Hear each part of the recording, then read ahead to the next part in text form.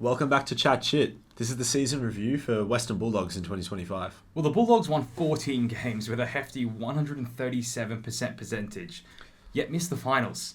No team in the AFL era has ever won so many games and not made the 8. I mean, they went 2-9 against the top 9 teams, repeatedly falling just short in close games. 9 of their losses were by 6 to 22 points, but ultimately one narrow win would have seen them play finals. It's a harsh outcome for a team that arguably should have definitely been challenging for the top 4. Absolutely pissing down here at the turn. Marcus has kicked up. Jesus! Usain Bolt wouldn't get him now. The legend becomes immortal. Yeah, they had the strongest midfield output in the league, and arguably, and definitely I would say, the strongest forward output, especially from their key forwards, and then Riley West complementing that. They scored more points than anyone else in the league during the home and away season and missed out on finals. On top of the record that you just said, the first team in VFL, AFL history over 150 years or so to be the highest scoring team in the league and not make finals. What does that say? One, as you mentioned, they were not competitive enough against the top teams. There were many games that they were close but then fell away and they got bullied in big moments against the better teams. And 2, their defense is so far below their midfield and attack in terms of talent and in terms of their system. They're quite unfortunate to miss out on finals, which they can take into next season, that they were as unfortunate as any modern team to miss out on a finals in a particular season. But they need to be able to be stronger defensively. There's not a single defender in this team really that they can rely on, is there? Bailey Dale was excellent all year and all-Australian, but his strengths are going forward with the ball. You don't even really view him as a defender. They lack any really established talent back there, apart from Rory Lobb, who was good but inconsistent. The worst part about it, I think, if I'm a Bulldogs fan, is there were really strong calls for them to do something about it in the off-season. You don't want to waste the midfield and forward talent that you have right now. There's only so many more years. You have a peak Bontempelli, Liberatore, Aaron Norton, all the other great players in their midfield. They seem to have done nothing in the off-season. So that tells me that they think that they have it within their current personnel. If I was a Bulldogs fan, I would be pretty skeptical of that. I think another reason could be that they're so stacked in the midfield and forward line. They have no leftover salary cap to put anything into the defence. They were a team that was in for Silvani, so I guess they are aware that they also had defensive issues, and obviously the entire competition is aware that they had defensive issues. But yeah, you would have think they would have been able to shift something around, trade away some sort of draft pick to try and get some defender in, because it's a clear hole in their team. But yeah, defensive decline. They struggled once teams entered the forward 50, bottom third for scores per inside 50 conceded. But on the better side, breakup player. I know he was already good before this year, but I had Ed Richards, so he was already a very solid contributor, but he elevated his game to an elite level in 2025, ranking as the number 1 best player in the competition for about 90% of the year, and obviously with the All-Australian as well. And my surprise performer, I actually had Sam Darcy, so I know we were really hot on him at the start of the year, and you think he's going to be the best thing the AFL's ever seen. Yeah. And now I agree with you now, but before this year, I didn't see him quite performing like this. He would have come second in the Coleman if he hadn't got injured based on average goals scored. But just what he's doing at this age, at 203 centimetres, key forwards take longer, much longer, especially at this height. Just what he can do athletically around the ground, the way he draws a crowd, and once Aaron Norton was firing, I believe he was a key part to Aaron Norton firing throughout the year. But, I mean, what this guy can do is absolutely special. And his younger brother, I think, was just drafted to the Bulldogs as well. I'm not exactly sure where he plays, but he's a pretty similar build. Just to add to Sam Darcy, just to think how, as we watch AFL, as we've grown up, how difficult it is for young key forwards to start having a consistent impact on games and being dominant. It's so difficult. The defenders are of such a high quality in the AFL, and it takes them a while to develop those skills.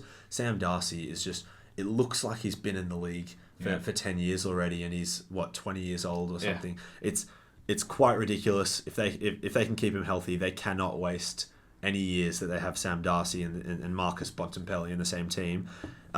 Another player that I'd want to mention is Joel Frazier. Oh, yeah. for most of this season was 19 years old, or I think for the whole season, and another player that doesn't play like his age at all, and just another cog in the incredibly well-oiled machine of their midfield. Just can play on the outside, can play on the inside. A big body midfielder, looks like almost a young Marcus Bontempelli. It's really exciting what he can do. Tore apart the Swans at the SCG in a game that we were at. So another really exciting player for them. Well, just back on Darcy, I'm just a little bit scared what they're going to have to give him when his contract is up in a couple of years' time. Just looking at Wangani Malira just got the $2 million a season. I mean, if he's worth $2 million, I think Darcy's unarguably worth more just as a player, comparing the two players. But the thing on the Bulldogs side here, in their favour, his family has to the team. I know. It's the same as Nick Dacos. He'll never be paid probably anything close to at Collingwood to what Nazai Wangani Malira is getting paid, in my view, just because of his personal link to the club through family. He wouldn't want to sort of tear apart their salary possibilities. Yeah. But maybe I'm wrong, but I think they might not have to break the bank completely.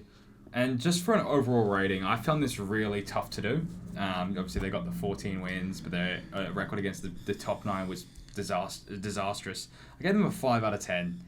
I think context is everything. Like, on one hand, they failed to play finals, which normally equals failure. But on the other hand, I guess they equal 2024's win total, where they finished 6th.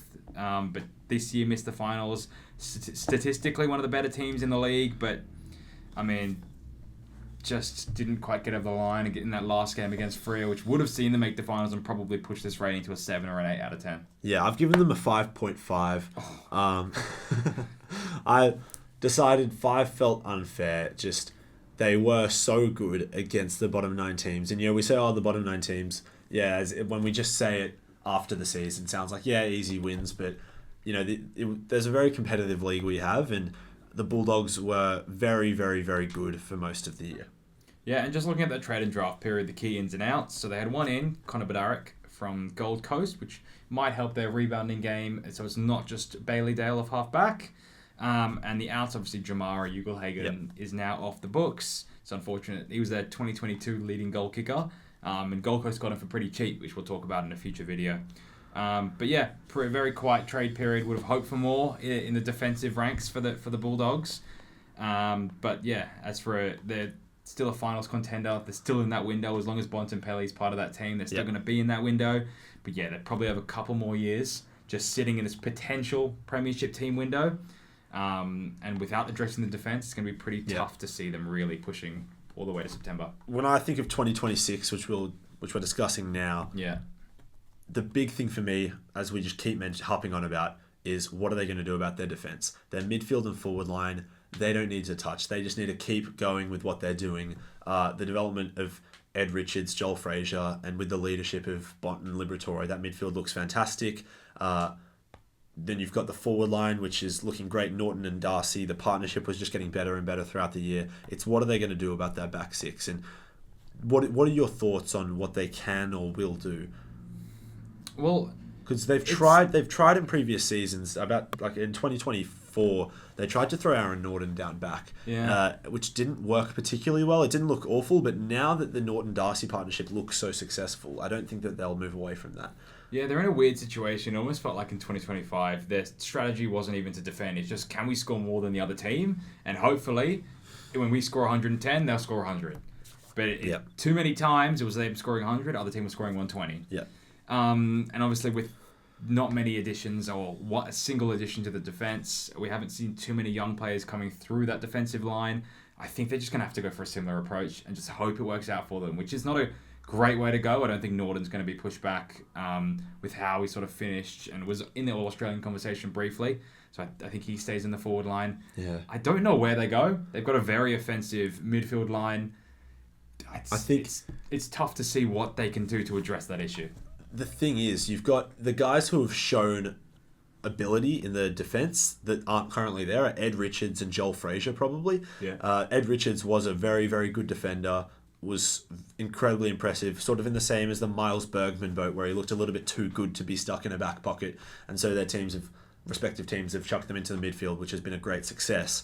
But they might need Ed Richards in the back line, Yeah. despite the fact that he's just been one of the best players in the league as a midfielder. And Joel Frazier, who also looks like he's about to be a world beater as a midfielder, they might need him in the back line. And then they need a couple of these young guys who are completely unproven, Jed Buslinger, any of these other young guys. They need someone to just stand up and take a big step up to start leading this defense, because I don't know if they really have a defensive leader that in terms of leading from the front performance-wise. Well, they're going to have to find something, because if they continue down this road, they're not going to win a premiership. If they address any of those defensive problems, there's no chance. And as for a ladder prediction in 2026, I had them finishing in 7th. Okay, so you got them jumping into the 8. Just jumping into the 8. Obviously now it's top 10, but yeah, I have them jumping into the 8. Hard to imagine another final series without the Dogs. Yeah. I think if they replicate that 2025 form, their list is just simply too talented. Yeah. And if they marginally improve defensively, and we'd assume in the offseason that's going to be their main focus, they've got enough going forward. They have to return to September. Perhaps top 4's on the cards if they can improve that defensive structure. Okay, in the last couple of videos before this one, Aiden and I have been in a bit of agreement, which I haven't liked. So I'm happy that we quite strongly disagree here. Okay. I've got the Bulldogs finishing in 11th, Oh, which I know is missing very the 10. low. I've got them missing the 10. Oh, wow. And my logic behind that is the output coming from their midfield and attack last season, it feels like that was almost the cap. That was the best in the league in terms of forward production and midfield dominance year round. And so I feel like that can't go up from there, and if anything, it goes down and could be a little bit more inconsistent. Just moving back towards the mean, and then the defense, I haven't seen them do anything about. And I look at their list, I don't know the ins and the outs of all these young guys that we haven't really seen much of yet, but I don't see what changes.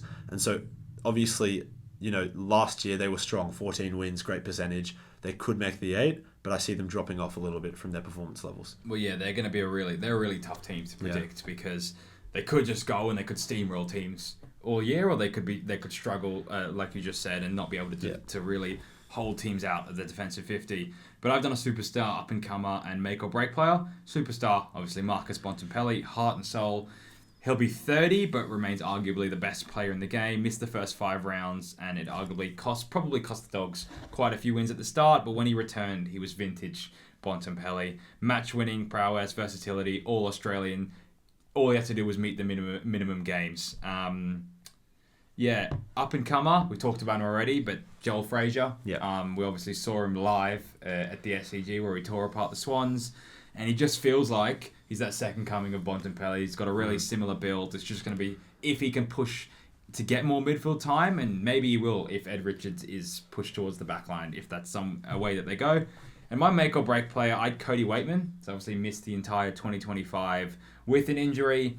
They were really good going forward, the Dogs, so it'll be interesting to see how he can work his way into that team. We know a lot of teams would be interested in what he can do in the forward line. So if he can make his way back in, we'll have to wait and see. Yeah.